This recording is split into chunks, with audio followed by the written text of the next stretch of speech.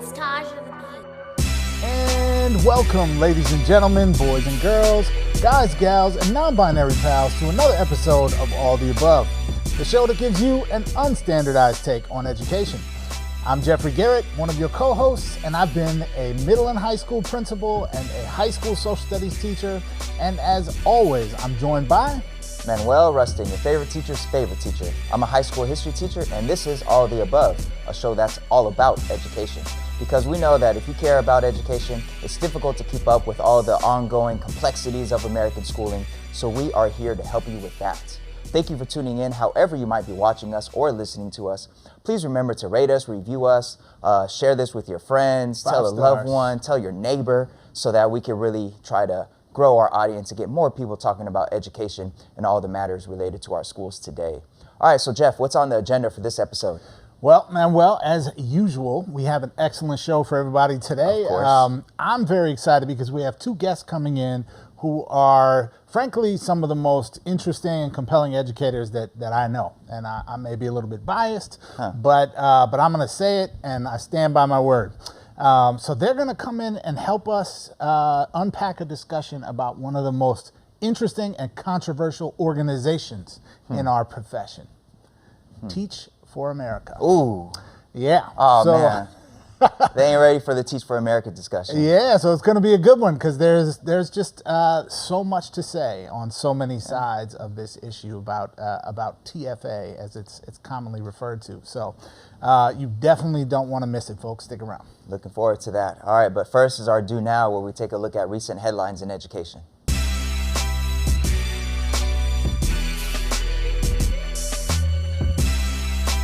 Okay, it's time for our Do Now. Jeff, how are we doing the Do Now today? Well, Manuel, it's around that end of school year time. We've got, proms and graduations, and all the seniors need to be eligible. They do. So we got a report card today. Okay. Well, grades time. Check out these grades. All right, Jeff. Yes. Our first grade for today is an incomplete. Oh, man. I've always found as a former principal the incomplete to be somewhat of a cop-out. Especially at the end of the year, we need an actual grade. What's going on, man? It happens. Just waiting on that final to get submitted. It happens. Just need a little more time. All right.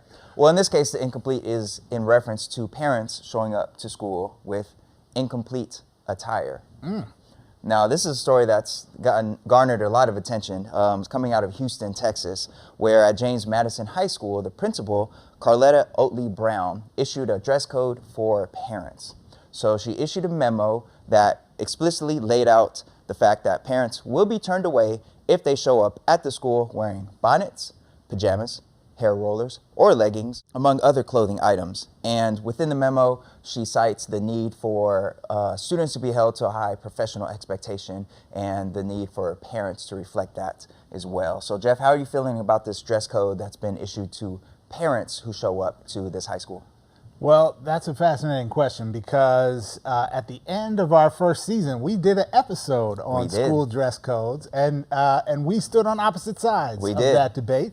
Yes. I was more on the pro side of having dress codes and uniforms for students. Right. You were in the against, and I think it was probably one of the more like flat out disagreements we've had on the show.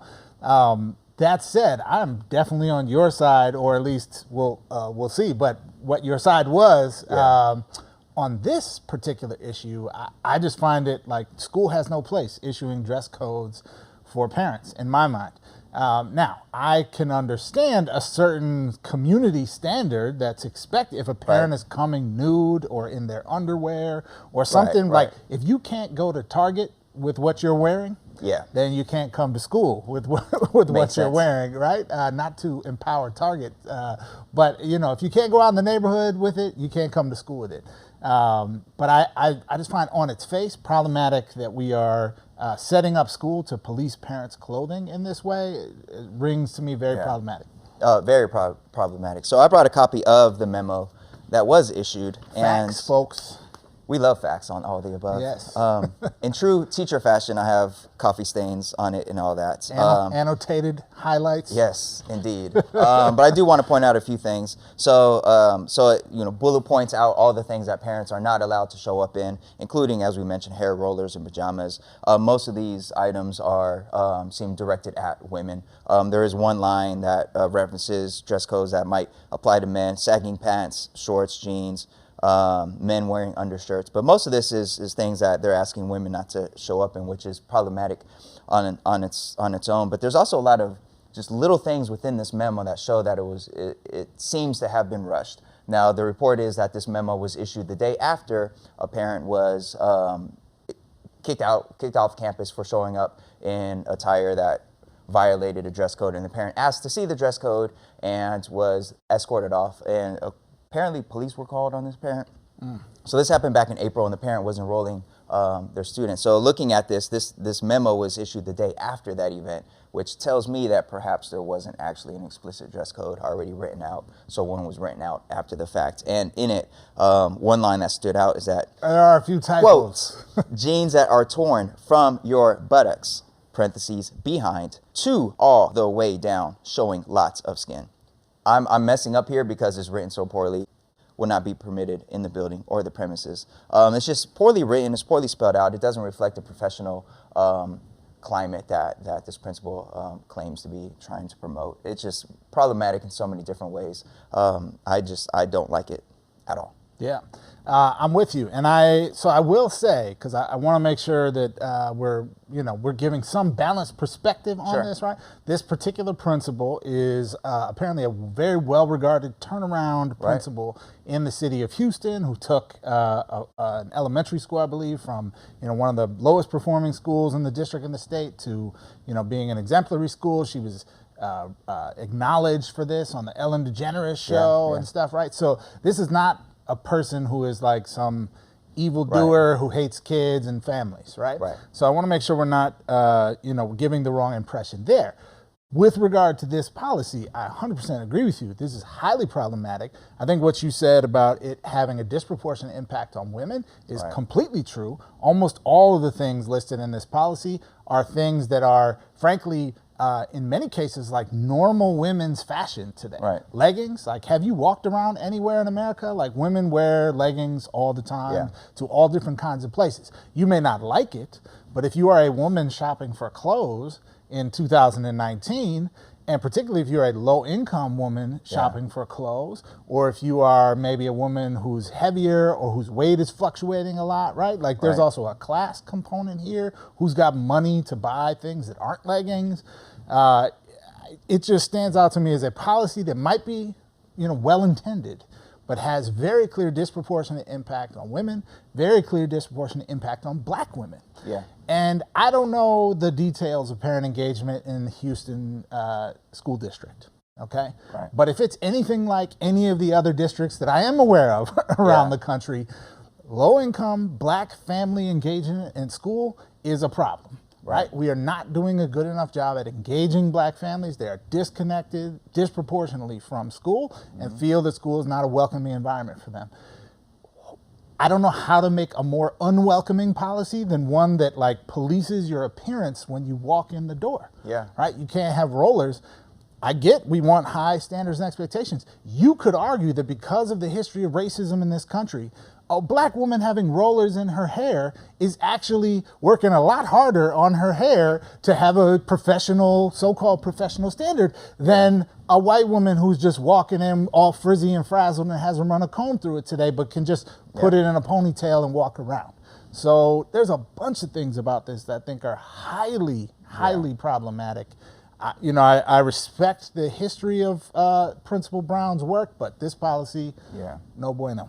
No, absolutely. And a lot of folks whose voices I really respect in education were in favor of this when it came out, and that had me sort of second guess. Maybe maybe there is something to be said about schools reflecting that high expectation on parents as well. But no, when I looked into the details, especially when I read the memo, but then when I learned that this was issued in April and it happened the day after an incident with the parent, that's just, any parent that's showing up to register their student in April, to me, that means there's something happened that's not ideal to have to register a student to a new school in April. So this parent showing up to register the school, to have some kind of conflict over what the parent was wearing, and for that to blow up to calling the police on the parent, and then for the next day to issue a memo on dress code. This is all just so messy, just so ugly that I don't like it at all. Yeah, and you just know that suburban white women coming to school after hot yoga, all sweaty and whatever, and do not have the police with their leggings and their undone hair, right? Yeah. As they perfectly have a right to do to get their child, are not being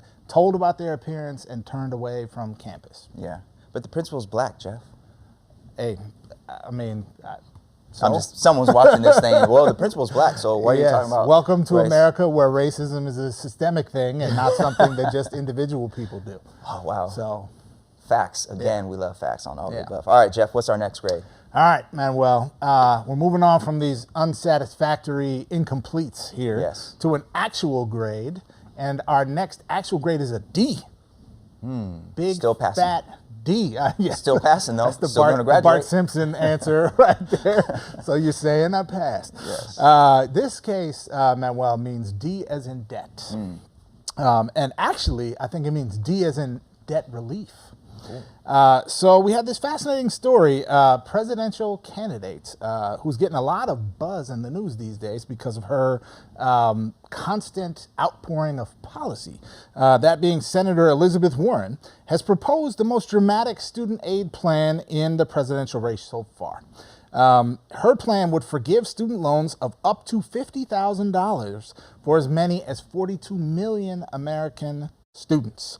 The plan, which was outlined in a recent post on Medium titled, "I'm calling for something truly transformational, universal free public college and cancellation of student loan debt," would cover a number of things, including an estimated $1.2 trillion over a 10-year period, paid for by her ultra-millionaires tax, which would be a 2% annual tax on the 75,000 richest families in America. These are folks who have over $50 million in wealth. Not over $50 million in income, but they have over $50 million just like sitting around, in the couch cushions type of thing, right? Big news, exciting news potentially. Manuel, what do you think about this? Well, I love it. For one, I love that this is not the first policy that she's outlined in a post on Medium. Like, she's being very, very much on the forefront with outlining her policy goals and having explicit detail within them. So this is a post that we'll link it on our website, has all the details in there. One thing that I love about it is that she spoke about how when she was 19, she had dreams of going to college and got married young and thought, there's no way that she could afford college or go to college. And she learned that her local state college was $50 a semester, and she realized that she could work part-time as a waitress and afford to go to college. And she spoke about those days as being long gone in terms of states lowering the amount of investment in higher education, and the federal government, instead of doing something to get on the states about that, the federal government instead pushing students towards taking out these loans. And this idea of going back to a system where higher education is seen like our K through 12 system, a system that should be for everybody, that anybody should be able to access no matter their income level, no matter their background. I love it. And I love that she outlined where this money would come from, because it's always like, oh, that's expensive. Where's the money going to come from? Where's the money going to come from? She didn't just give the vague, a tax on the rich. She spelled out, and she spoke about this in I think it was a town hall video clip that she posted on her Twitter. She spoke about how the first 50 million doesn't get this tax, but every dollar over that 50 million gets this 2% tax. When you think about how many people that is, 75,000 families. We filmed this near the Rose Bowl. The Rose Bowl seats 90,000. So we're talking about, the Rose Bowl full of people that make that much money to benefit the entire nation. I love that. And I love that she spells out the way that this plan helps address the gap in wealth between races, the racial wealth gap in the United States. She says a lot about supporting HBCUs and institutions that have a number of students of color. I love all of it. Yeah. So I'm right there with you. I'm glad you brought up the support for HBCUs on this. I think she's finding interesting ways to not only address the economic divide here, but also the racial divide, right. Which is really critical. I also think it is it is fascinating in this country the extent to which we have taken something, education, mm-hmm. that almost all of us would agree is really like something you need, right. Not only K-12 nowadays, but for many careers and jobs out there, like you need a college education. College right. is not just a nice to have, yeah. right? And so, but we've always kind of segmented college off, and I think it's because of sort of the elite history of college, but college is no longer that, right? Yeah. We've segmented it off as this thing where like, well, you're not really entitled to it, so if you get it, you get it. If you don't, you don't.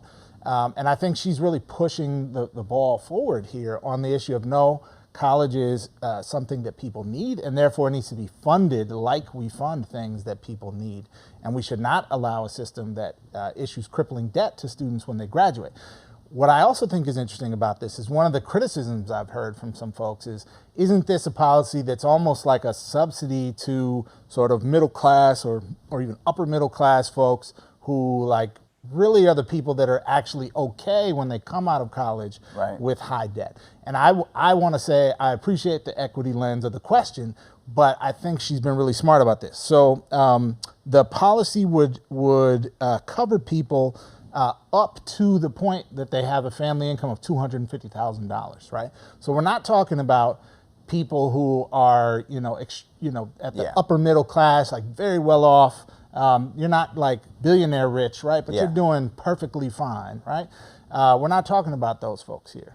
We're talking about, the majority of people, and in particular, the folks who have been really harmed by this debt crisis are a lot of like middle class folks who, mm-hmm. They don't get the huge aid packages from the state or federal government, right. but they still have large costs for college, right? Right. And I would say, as one of those people who grew up and had to take out more than 6 figures of debt in order to pay for undergrad and grad school, like that's why I don't own a home right now. Yeah. Because my first home is a couple pieces of paper on the wall in my apartment, right? Yeah. And so, this type of policy could have had a huge economic difference on my life right. circumstance, for sure. And I can imagine millions of other folks in similar situations. Yeah, absolutely. And you think about that debt cancellation part of her plan and what folks could do if they weren't under this burden of student loan debt regarding buying a house or starting a small business or any of that. So, this is something that I'm loving, and I'm loving that she's coming forward with details for her policies. A lot of, there's so many candidates out there, and a lot of them don't have explicit detail written out for what their policies, what their actual ideas are. So, again, I love all of it. Yeah, some of them are even saying they don't need policies. Yeah, how convenient. Buttigieg. Up next, people. Up next, you're gonna get the Buttigieg hive. I know they're gonna come. Does he have a hive? Maybe. I don't know what he's got. All right. So next grade. Next grade, actually, Jeff, for this next one, grades are so old-fashioned, so 20th century. It does feel antiquated at times. Why do we need grades? Yeah. So next story is about a new community college system that is largely an online community college that is not going to issue traditional grades. And this is happening in California. Yeah. So California Online Community College, that's the temporary name. They are revisiting the name of it because it's not explicitly and only online. But in any case, California Online Community College debuts this fall. And the college's president and CEO, Heather Hiles, mentioned that the mission of this online community college is to help people who are underemployed get fully employed and to use whatever technology and resources are required to make that mandate a reality. So this is an online community college that will not have a traditional course catalog, will not have traditional academic departments, or a traditional grade point system. Instead, it will have technological support and an educational delivery system in job training for adult workers without college degrees. who are starting jobs or trying to advance. So we just talked about student loan debt, and we just talked about colleges being something that's necessary for many jobs in the U.S. nowadays. Well, what about the people who've been working for a while and don't have that college degree and can't earn a living wage or can't manage to get hired in a job that does pay a living wage because they don't have the college degree? Well, this is one piece of California's plan for how to support them. And in this case, this is largely online job training courses that people will take. What do you think, Jeff? Yeah, so I think I'm of two minds on this story. On the one hand, what is the stated mission and purpose of this college, I think is a good thing, right? Yeah. We have lots of people in this state and, of course, across the country who are underemployed, who are, would want to pursue perhaps a different, tier of certification or level of expertise or seek career advancement in some way, who find the cost and the sort of fitness of further post-secondary education to be a barrier, right? And so I think it's great that that as a society we want to invest in those people and help them get ahead, right? Because the ripple effect of that is, how many of these people are parents? How many of these people are, trying to buy homes or could buy homes or could stay in their homes if they had this opportunity, right? So all kinds of positive ripple effects of that. So I love the idea. In reality, there's a couple of big questions I have. So the idea, right, that CEO Heather Hiles shared here, right, is that, and this is a quote, "Our operating model is that we are having employers pay people to learn their jobs," Hiles said, right? Sounds excellent, except as we think about who these folks are and who their employers are, I'm finding it highly suspect that Walmart is about to come up off $10,000 in tuition for, the nice person working behind the register or sweeping the floors, right? Or that McDonald's is about to invest $10,000 in tuition for their cashiers or shift supervisors or whatever. Now, maybe I'm wrong. You don't believe in Walmart? But I would say you better come to the table with some proof on this one, because otherwise this sounds like a massive public subsidy so that private companies who can benefit from a certain slice of their workforce getting better trained can just reap the profits of that on the public dollar.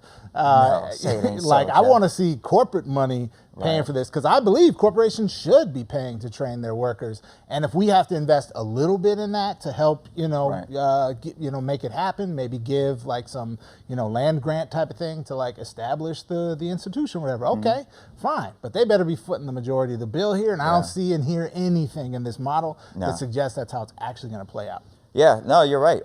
This school have two offices, two physical spaces, which sounds like they're still trying to develop the in-person component, because online education doesn't work for everybody. So physical space in Oakland, physical space somewhere in Southern California, although that hasn't been determined yet, and the school is slated to open this fall. And when you look at the amount of money going into it, you see why a lot of junior colleges across California are actually against this online college, because California is giving the new college $100 million for startup costs to be spent over 7 years, plus $20 million for this year's operating costs, expected to be renewed annually. So that's a lot of money that could be going to existing community college system where a lot of this job training has traditionally taken place. And there are philanthropic grants going into this program, but they pale in comparison to the amount of money that California is investing into this school. So definitely big questions to be had.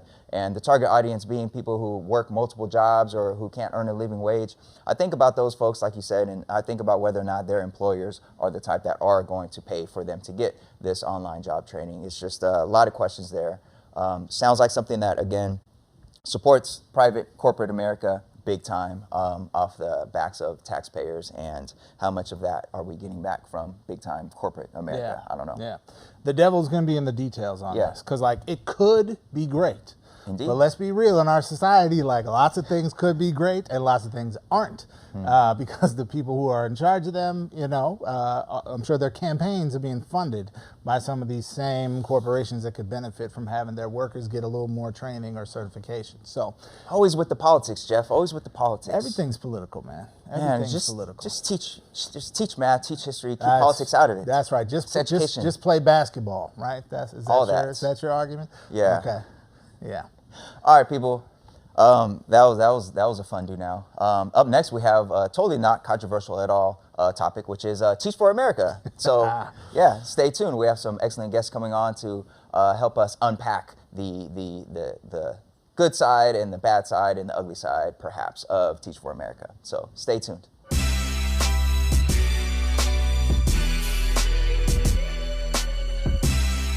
Teach for America. Let that marinate for a second, folks. I bet you're having a reaction of some kind right now. Some of you are probably getting excited, thinking about the power of a group of committed young people to transform an underfunded education system and change the lives of children in low-income communities across the nation. Some of you are probably feeling your blood boil with images of young, unprepared teachers entering into classrooms full of black and brown kids, figuring out how to do the job on the spot, and plotting their 2-year exit strategy to law school and the country club. And the reality is, you're both right, at least to some extent. Teach for America is one of the most impactful and controversial organizations in education today. For those who maybe aren't familiar with how TFA works, and those who are but may need a quick refresher, Teach for America is a nonprofit organization that has, for about the last 30 years, been placing talented, recent college graduates, many from the most competitive colleges in the nation, into teaching jobs in low-income districts across the country. In particular, they have brought core members into regions of the country where there have been shortages of credentialed teachers or where student achievement results have been persistently poor. This includes a huge swath of the country, from big cities like Los Angeles and New York to the Mississippi Delta and American Indian reservations in the Southwest. From its inception, TFA has not been without controversy. Reformers have welcomed its emergence as an ambitious, results-oriented pipeline of talent into a field that has, frankly, struggled to attract and retain top talent among college grads, particularly in areas of the country serving the lowest income communities. Teacher groups and other education advocates have criticized it as a thinly veiled attempt to undermine the teaching profession with untrained and unlicensed practitioners and to extract large sums of money from the public coffers. So, how do we make sense of this? Is TFA the best thing going in ed reform? Is it the snake in the grass for the privatizers and charter school advocates? Or is the truth somewhere in between? To help us answer these questions today, we are joined by two incredible guests who've served as TFA core members, have worked for the organization after finishing their time, and who continue to work as educators in low-income communities today. All right, folks, welcome to today's seminar. I'm super excited to have you with us. We have two incredible guests here who are going to help us dig into some meaty, juicy conversation about one of the most interesting organizations in our profession, that being Teach for America. To my immediate left, we have Tanya Franklin. Tanya Franklin is the Senior Director of School Culture and Restorative Communities at the Partnership for Los Angeles Schools. She also serves in a leadership role on Teach for America's Alumni of Color Collective. Tanya was herself a Teach for America core member here in Los Angeles after she returned home from attending college out at Columbia on the East Coast, and she taught middle school here. Tanya is not only an educator, but also an advocate. She holds her JD from UCLA School of Law. And if you're friends with Tanya on social media, you may be just as likely to see her out and about attending community events as you would see her in some acrobatic pose at the top of a mountain. So welcome, Tanya Franklin. Thank you. And to Tanya's left, we have Dr. Marcus Hughes. Dr. Hughes is the coordinator of teacher leadership at the Partnership for LA Schools, where he specializes in particular in supporting new teachers to the profession in elementary schools. Marcus has worked previously for Teach for America as a coach for new TFA core members, helping to build their capacity in the classroom. Marcus was also himself a TFA core member in Atlanta, but eventually returned here to his native Los Angeles to continue his career in education. He holds his doctorate in social justice leadership from Loyola Marymount University. And in case you're not paying attention, that means I am by far the least educated person sitting around this table right now, which is a somewhat unusual experience for me.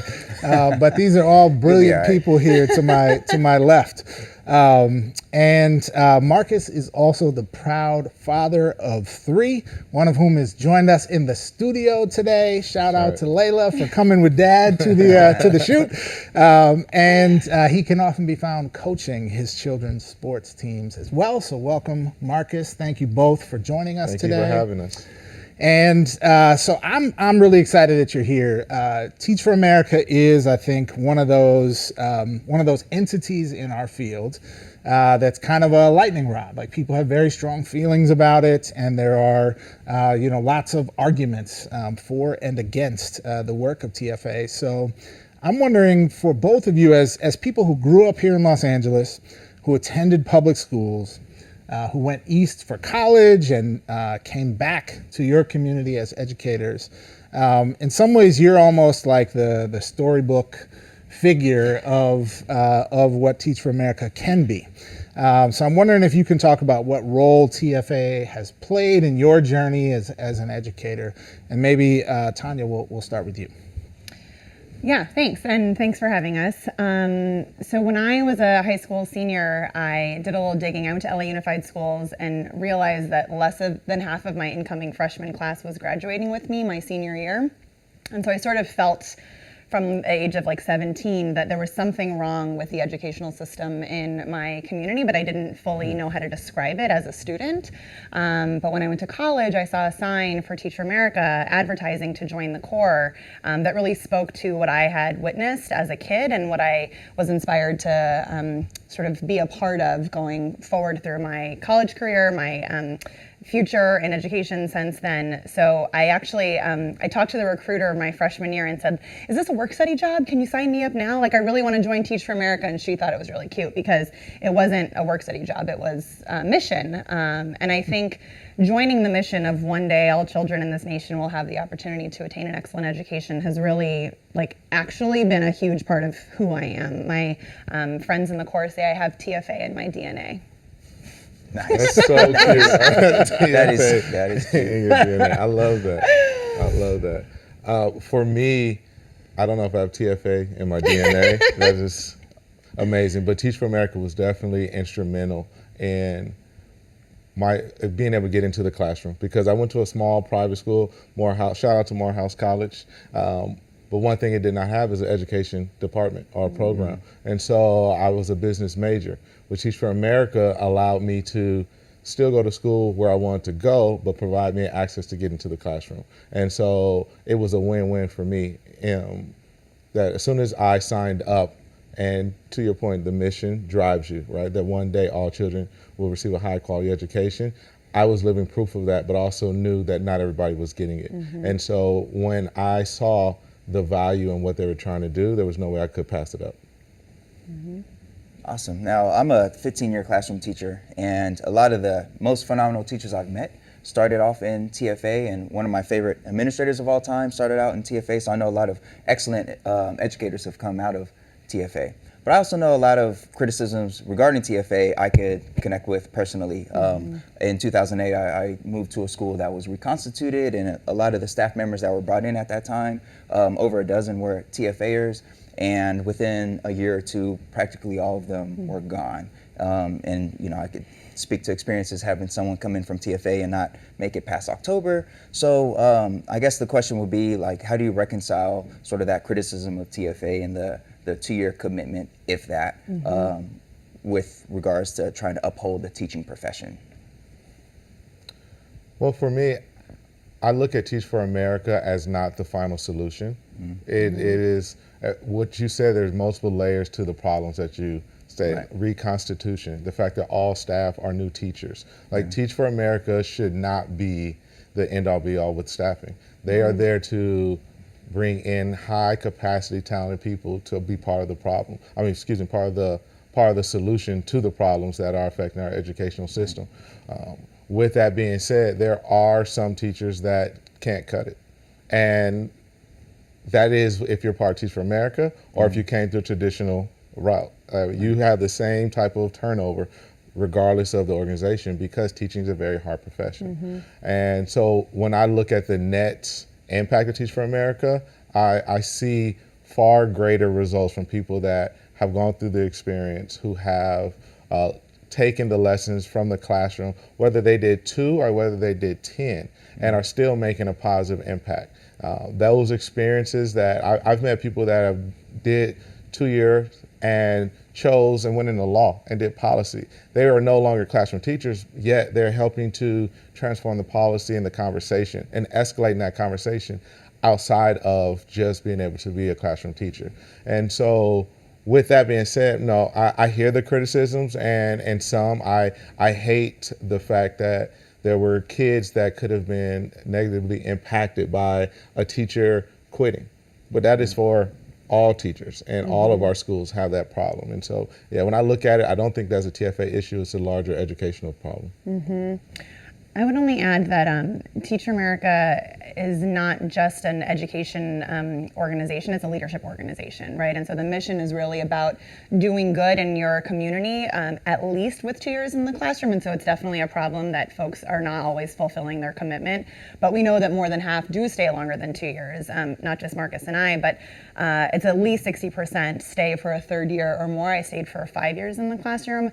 But the idea is that wherever you are in health, business, law, you're informed by the communities that you served. And so I wonder if part of the criticism is a misunderstanding of the mission in leading and making change and impact in high-need communities, and education being the grounding mechanism for doing so, but not a program to create lifelong educators. Yeah. And something to add, like specifically here in Los Angeles, when I was on staff, we started the one-day fellowship. And what that was were for core members who had finished their 2-year commitment but still wanted Teach for America support. So they almost opted in for a third year. So the type of people that you are recruiting, they want to be part of the solution. And you have some that say, sign me up. And some, if they offer 10-year, they probably would sign up. However, that's, to your point, that's not the mission, right? That's not part of their strategy. We don't want to limit someone's impact. And 2 years, though not everyone likes that number, it does give you a sense of what it's like to be a classroom teacher and make that decision from there. So I really appreciate the words that both of you just shared. And as someone who, I went the traditional teacher certification route. Manuel and I got certified together in grad school. And then also someone who has been an administrator and gone through the hiring process and hiring in a low-income, under-resourced, historically neglected community, which is exactly the kind of place that TFA serves. I think I see some nuance and some tension in this issue. Whereas on the one hand, amazing educators like yourselves have come out of TFA. And on the other hand, the sort of Band-Aid nature of TFA that allows the current system to continue to exist the way it exists because we have new people coming in to kind of be these like short-term influxes of talent that in and of themselves can have a really positive impact. But if we kind of zoom out and think about the system overall, one of the main criticisms is that these alternate certification programs just create a revolving door, which can be destabilizing. Now, I've also been the principal who is looking for a special ed teacher in middle school in the South Bronx and said, like, the talent pool is as shallow as it gets, and I would gladly take this 22-year-old who wants to work really hard and cares over a long-term sub, right? So I can kind of see the tension on both sides of this issue, but I would like to get your take on the people who critique TFA and say, like, it's all well and good that we're bringing people in, but they're leaving, and even if they're leaving on a slightly longer trajectory, how do you address that critique? So just one thing I would add is, you said we went through TFA, like, we're still a part of Teach for America. It is so much, and this is part of understanding the long-term mission, right? It's 2 years in the classroom, but the overall mission is that you are with this movement and with this vision for life. And so I think I've even said that before, like, I went through TFA, and I need to remind myself that every day I'm a part of the mission, I'm a part of the movement. That being said, I think to your experience of being in high-need communities, we don't always have teachers lining up around the block who are highly qualified trying to get into our schools. And what we do have with Teach for America is folks who have committed to a mission in a community that they are dedicated to serve for at least 2 years. And so it is tricky because I believe there have been some focus groups and research trying to stretch it to 3 years and have found that they wouldn't get the same sort of candidates, and you might know more being on staff. But I think 2 years was the sweet spot for the commitment, knowing that a lot of folks will voluntarily stay longer than that. But you're right, and I think Marcus said it earlier, that Teach for America is not the solution. It's one of hopefully many pieces of the conversation to solve educational inequity more broadly. And so I'm grateful that that exists as part of the solution, but we need more and more partners, more educators working together on this, and not just looking at Teach for America as the, whether they're put on the pedestal or they're the fault for it. They are one of many players in this conversation. Yeah, and I think, to your point, Jeff, the critique is understood, but I think it's very short-sighted in some ways if you don't see it in the context of the bigger picture. The challenge is if Teach for America teachers weren't there, then what? It's always a choice. You could, if that teacher was not part of the pool and you had to choose between a Teach for America teacher or nothing, right? You're going to go with the Teach for America teacher. Why is that even there? Teach for America exists because the teaching profession is not valued in our country enough, as well as there are not as many people desiring to be teachers like they once were.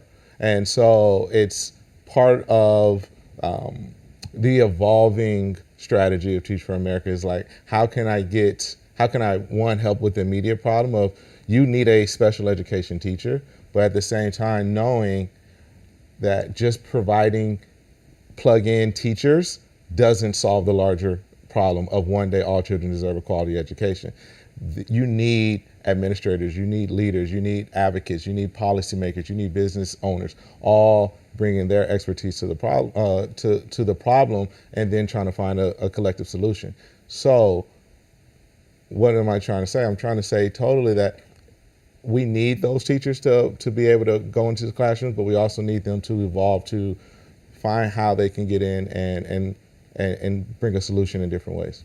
If I can just add, I think the administrator perspective might be more similar to yours, which is that on the whole, Teach for America teachers are helpful, and the critique, I would imagine, are more from folks outside of the pressures of an administrator who has to choose who's coming into my school. Yeah. So I was a teacher for 4 weeks and got normed out because we didn't have the numbers at my school. 4 years, you mean? You said 4 weeks, 4 years. No, in the beginning, my very first year of teaching. Okay. My very first year, I was teaching for 4 weeks, and norm day hits, and we didn't have the numbers in upper grades. So I was a pool teacher for a week, and I was, Teach for America, teaching by making copies and supporting other teachers, and I was really struggling with it. And my new principal, who then I worked with for 5 years, just saw my name on a list, saw Teach for America next to it, and said, yes, we want that one. Didn't interview me, didn't have me do a demo lesson, but the reputation of Teach for America and his experience having hired Teach for America core members was so positive that he knew I would do well in the role. And so I wonder if more administrators see Teach for America favorably, and the criticisms comes from folks who have less experience with the really hard decisions that administrators have to make. Mm-hmm.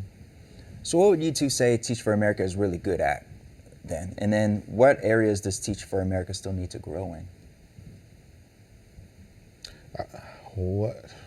Great question. I would say we only ask the great questions. Great questions. Great questions on all the above. That's all we do. All the type of questions we ask.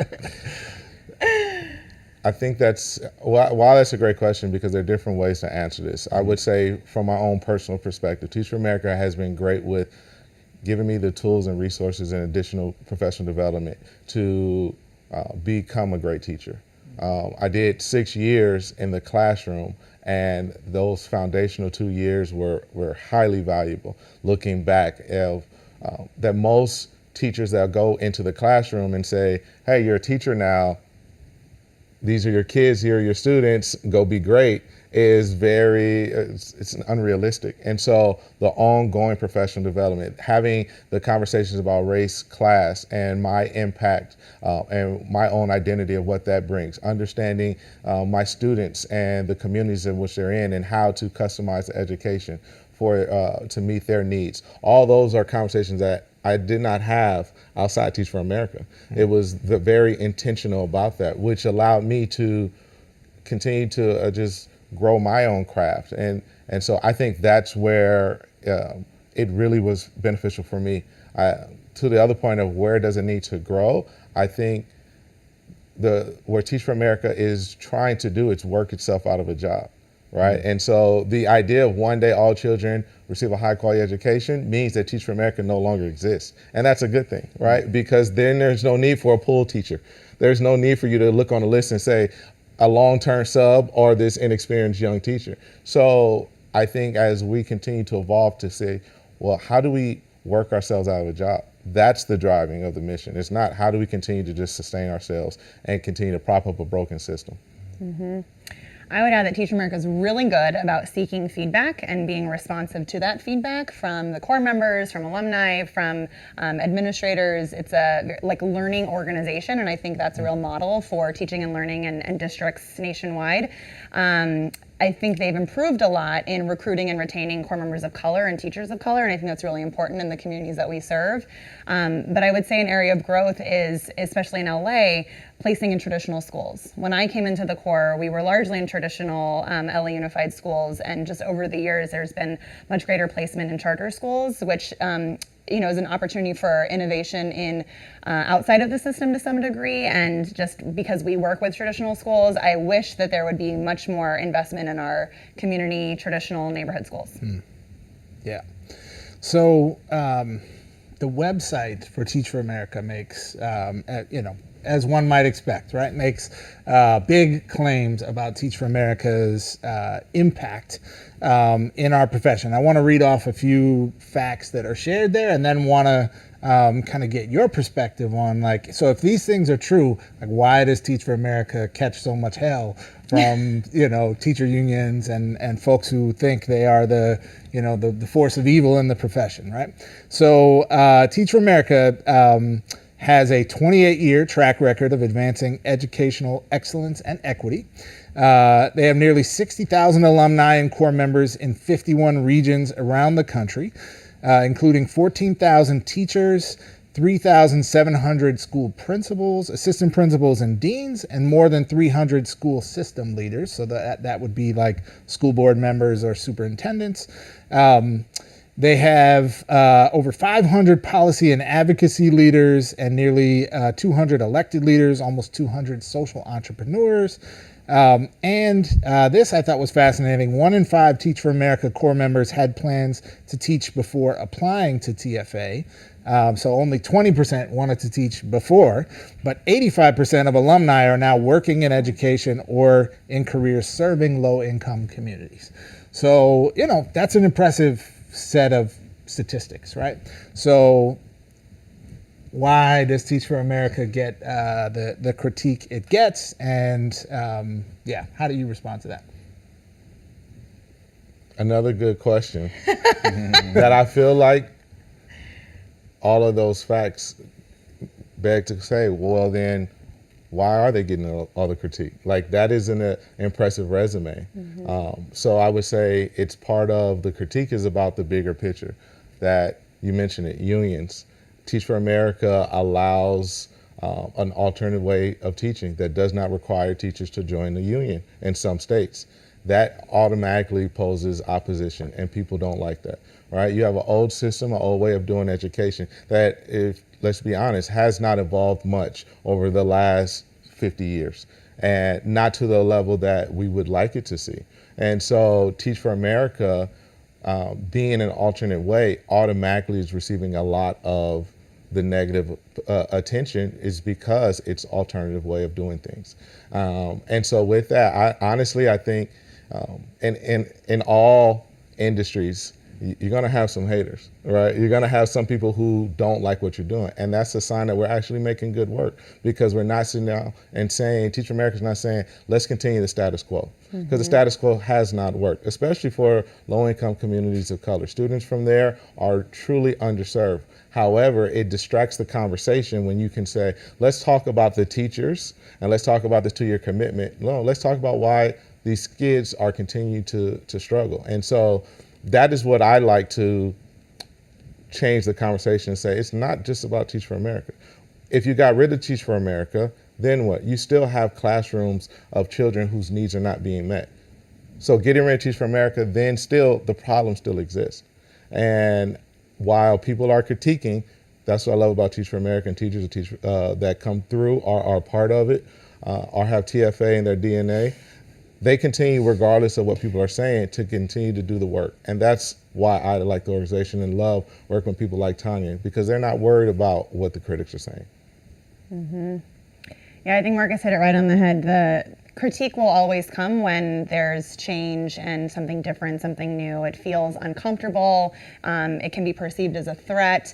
And even though the organization's been around for 30 years, I think there is still a big need to close gaps between traditional ways of teaching and learning and of becoming a teacher with Teach for America's alternative credentialing program, and the idea of being a lifelong educator versus serving for 2 years, potentially more. I would love the day when all educators are seen as valued similarly, regardless of if you commit for just 2 years or for 30 years. And I think that's where the conversation and the tension is if you're only here for 2 years, you're not with us. When really you can teach for 2 years and be with us.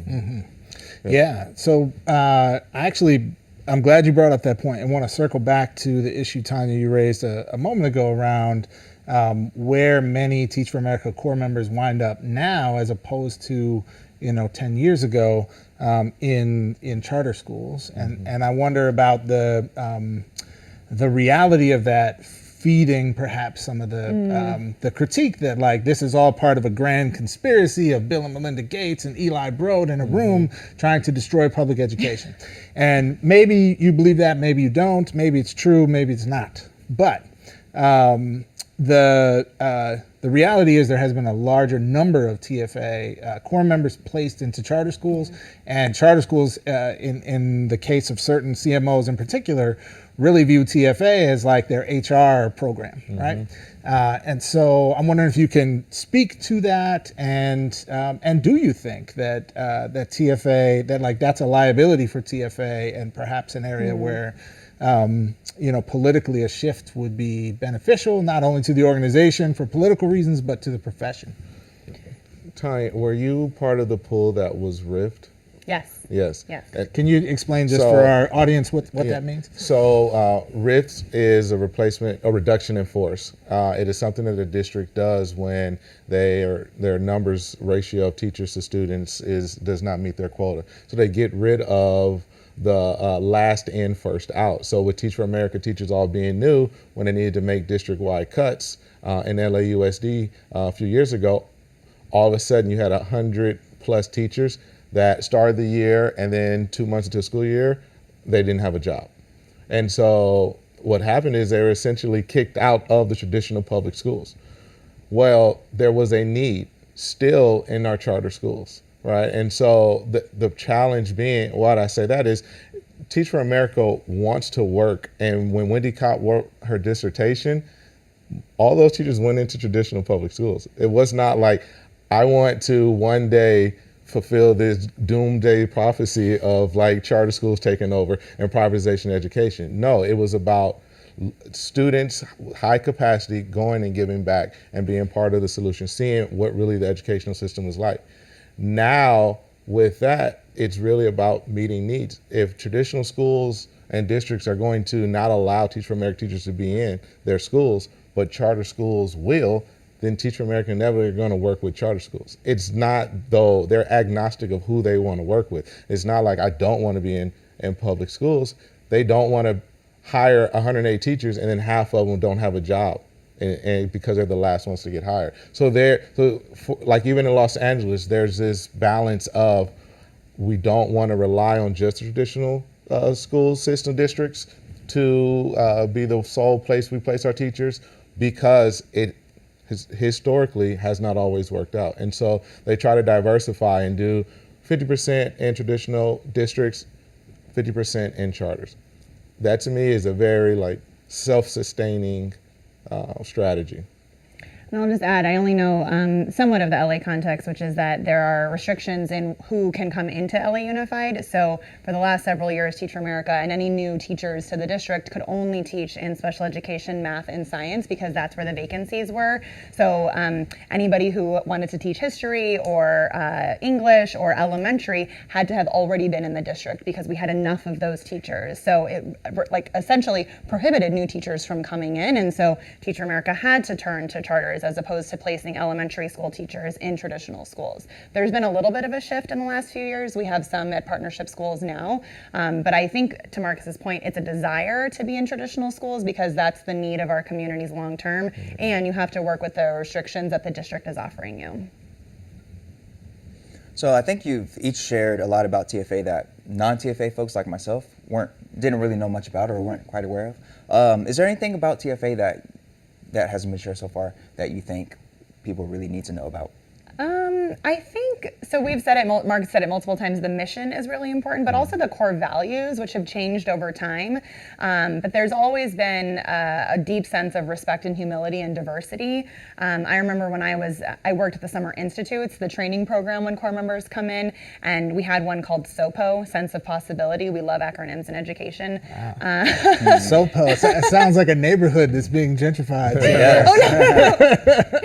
And I think, to my point earlier about Teach for America really taking feedback and adjusting over time, the core values have shifted over the years, but it's important for outsiders of any organization, I think, to just understand not only the mission, but the core values that keep people interested in doing the good work. And so I would invite folks to check those out on the website too.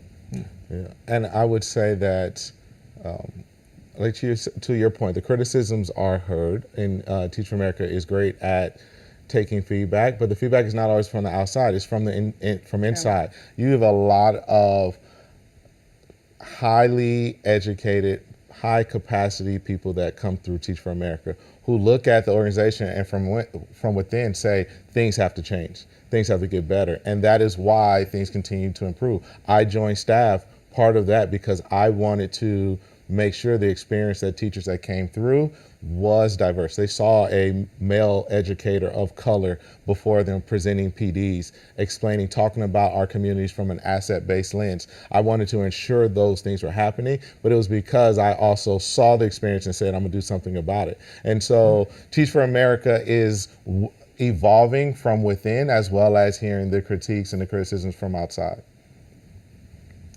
All right. Well, I think unfortunately we've come to the end of our time today, but I do want to thank our two incredible guests, Tanya Franklin and Marcus Hughes. You can find folks more from both of these guests on our website. We're going to have some episode extras, one-on-one interviews with them. So make sure you tune in to check that out. You can find those along with all of our content on our website, which is aotashow.com. Again, that's aotashow.com. Thank you. Thank you. Thank you. Thank you, guys. Thank you.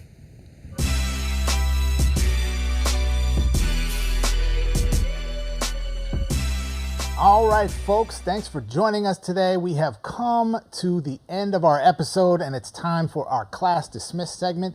This is where we give special props and shout outs to some of the amazing educators out there doing great work all across the country and across the world.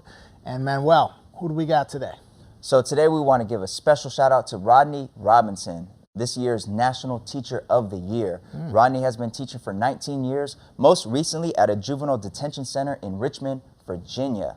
So he's teaching not in a traditional public school, he's teaching in a juvenile detention center, and he has been speaking about how he looks forward to the opportunity to speak about the students that he sees as being, quote, the most vulnerable in society, and speaking on how the nation can address the school to prison pipeline, because one of the difficulties he has, of course, is not knowing how long he's going to have each student, and having a lot of students he's spoken about who are in front of him based off of a careless mistake that has the risk of changing their entire life trajectory. Rodney says, this year I hope to be a voice for my students and all students who feel unseen, unheard, unappreciated, and undervalued in America. And he says he uses his social studies curriculum that centers on juvenile justice and the prison system in collaboration with James Foreman Jr., who works at Yale University. And this just sounds like a wonderful curriculum that he's doing. And I can't imagine teaching any curriculum not knowing if I'm going to see the student the next day based off of how many students are coming in and out of the detention center. So I'm glad we have a voice